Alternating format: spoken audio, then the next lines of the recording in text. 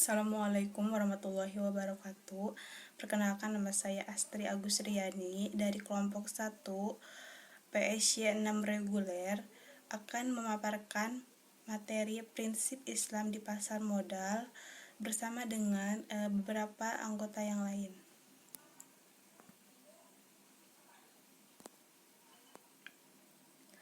Prinsip Islam di pasar modal diartikan sebagai prinsip-prinsip yang menjadi variabel atau syarat utama terbentuknya pasar modal yang sesuai syariah. Apabila kegiatan pasar modal tidak memenuhi prinsip-prinsip Islam, maka dapat dipastikan bukan pasar modal syariah. Sumber rujukan utama prinsip-prinsip Islam di pasar modal ada 4. Yang pertama Al-Quran, yang kedua Sunnah, yang ketiga hadis, dan yang keempat ijma dan qiyas. Pasar modal adalah aktivitas perekonomian yang termasuk baru. Meskipun demikian, beberapa aktivitas yang terdapat di pasar modal saat ini ada dan dilakukan pada zaman Rasulullah SAW. Prinsip-prinsip dasar Islam yang utama di pasar modal terdiri dari yang pertama pelarangan riba, yang kedua gharar, yang ketiga judi, dan yang keempat adalah pelarangan barang yang tidak halal. Pelarangan riba. Riba adalah variabel yang dihindari dalam setiap kegiatan di pasar modal syariah Islam. Secara harfiah, riba diartikan sebagai kelebihan, tambahan, kenaikan, atau pertumbuhan.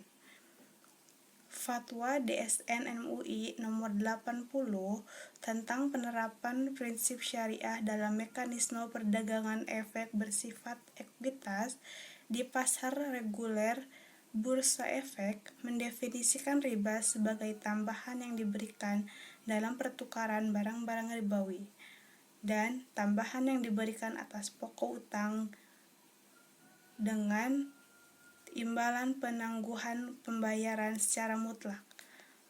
Pasar modal syariah Indonesia menjadikan fatwa DSN MUI sebagai rujukan utama dalam hal penerapan Islam di pasar modal. Selanjutnya akan dijelaskan oleh Saudari Mela Melinda. Assalamualaikum warahmatullahi wabarakatuh. Saya Mela Melinda di sini akan menjelaskan materi yang selanjutnya, yaitu mengenai jenis-jenis riba. Hanya ada 2 jenis transaksi yang menjadi sumber atau menyebabkan riba. Pertama, transaksi utang piutang atau pinjam meminjam, baik uang atau barang, dan transaksi pertukaran atau jual beli. Yang pertama, riba qurud. Riba qurud adalah jenis riba yang terjadi dalam transaksi keuangan melalui pemberian pinjaman atau utang. Sumbernya bisa berasal dari tambahan atau keuntungan dari sebuah produk keuangan atau investasi, atau bunga dari pokok utang. Tambahan tersebut dijamin akan diberikan secara tetap sampai dengan jatuh tempo tanpa memperhitungkan kinerja, hasil investasi, atau usahanya. Pembayaran dapat dilakukan langsung atau dicicil. Produk investasi berbasis surat utang sama seperti pinjaman bank atau non-bank.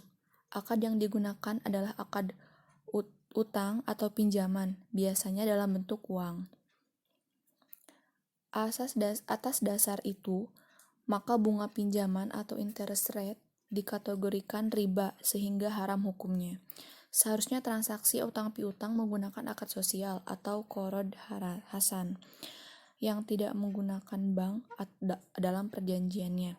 Banyak referensi yang menyebutkan bahwa riba qurud sama dengan riba jahiliyah.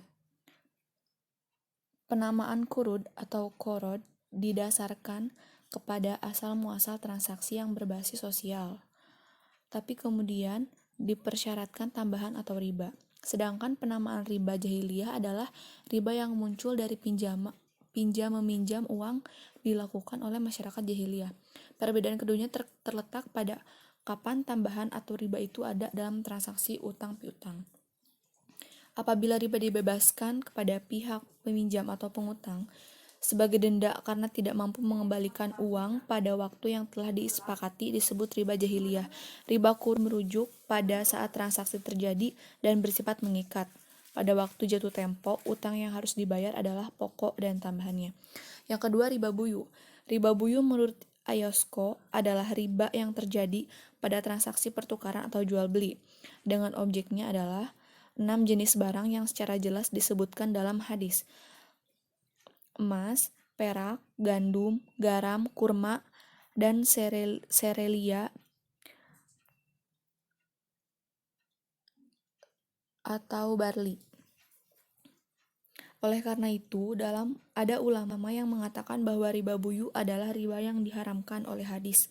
Berdasarkan hadis ada 2 syarat yang harus dipenuhi agar pertukaran atau jual beli barang tidak termasuk riba, yaitu nilai, jumlah, timbangan, takaran harus sama, dan pembayaran atau serah terima barang harus dilakukan secara tunai. Apabila salah satu syarat atau keduanya Selanjutnya tidak yaitu terpenuhi, pelarangan maka gharar. transaksi jual beli akan mengandung riba.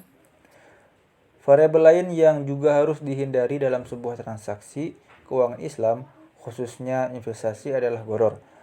Hal tersebut berdasarkan hadis Nabi SAW yang menyatakan bahwa dilarang melakukan jual beli yang mengandung gharar. Meskipun demikian, ulama sepakat bahwa tidak semua gharar dalam transaksi adalah haram.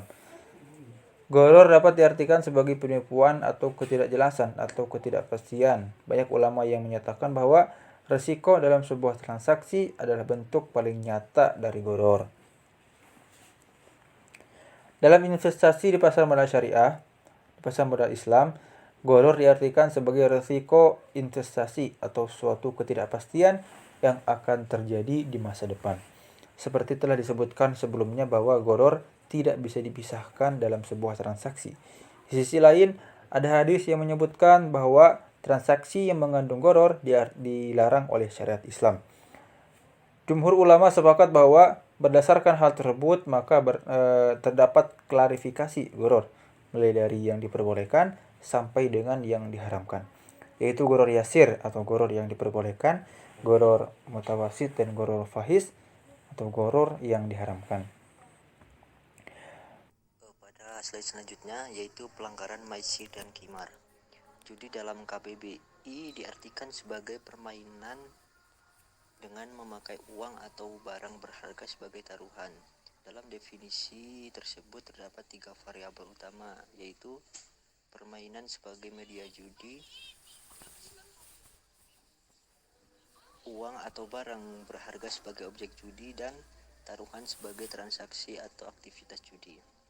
Secara umum bentuk judi dibagi menjadi 2, yaitu gaming, di mana pelaku judi terlibat dalam permainan. Yang kedua ada betting, di mana pelaku judi tidak terlibat dalam permainan. Dalam muamalah, judi sering diartikan sebagai maisir karena memiliki arti atau makna yang sama. Maisir secara harfiah diartikan sebagai untung-untungan, manipulasi, atau penipuan, sementara judi berbentuk taruhan. Merujuk dalam KBBI, dalam muamalah disebut al-qimar dan merupakan bagian dari maisir. Selanjutnya ada kehalalan barang. Barang atau jasa yang akan dijadikan objek transaksi diwajibkan halal. Kriteria Islam yang menjadikan suatu barang atau jasa tidak boleh atau haram menjadi objek transaksi jual beli terdiri atas: yang pertama, haram karena barang atau zatnya tersebut. Yang kedua, haram bukan karena zatnya, tetapi yang menjadikan terciptanya barang atau jasa tidak sesuai Islam.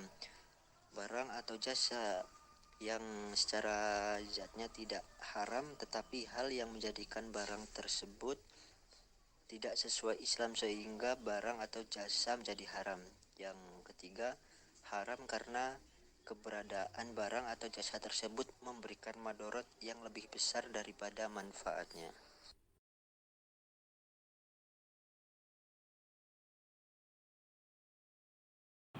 Baik, saya akan melanjutkan materi yang terakhir, yaitu dari Fatwa DSN MUI nomor 80. Ada efek yang termasuk doror, antara lain yang pertama ada tagrir. Nah, tagrir di sini adalah upaya memengaruhi orang lain baik dengan ucapan maupun tindakan yang mengandung kebohongan. Nah, yang kedua ada ba'al ma'dum, ialah jual beli yang objeknya tidak ada saat akad. Yang ketiga ada ihtikar, ialah membeli sesuatu barang yang sangat diperlukan masyarakat dan kemudian menimbunnya. Nah, yang keempat ada gaben, ialah ketidakseimbangan antara dua barang yang dipertukarkan dalam suatu akad. Yang keempat ada tadlis, ialah tindakan menyembunyikan kecacatan barang atau kecacatan objek akad. Yang keenam ada tanajushi, ialah tindakan menawar barang dengan harga yang lebih tinggi atau tidak sesuai dengan harga pasaran. Nah, mungkin itu saja materi-materi yang dapat kita sampaikan oleh kelompok 1. Mohon maaf apabila ada kekurangan. Billahi taufiq wal hidayah. Wassalamualaikum warahmatullahi wabarakatuh.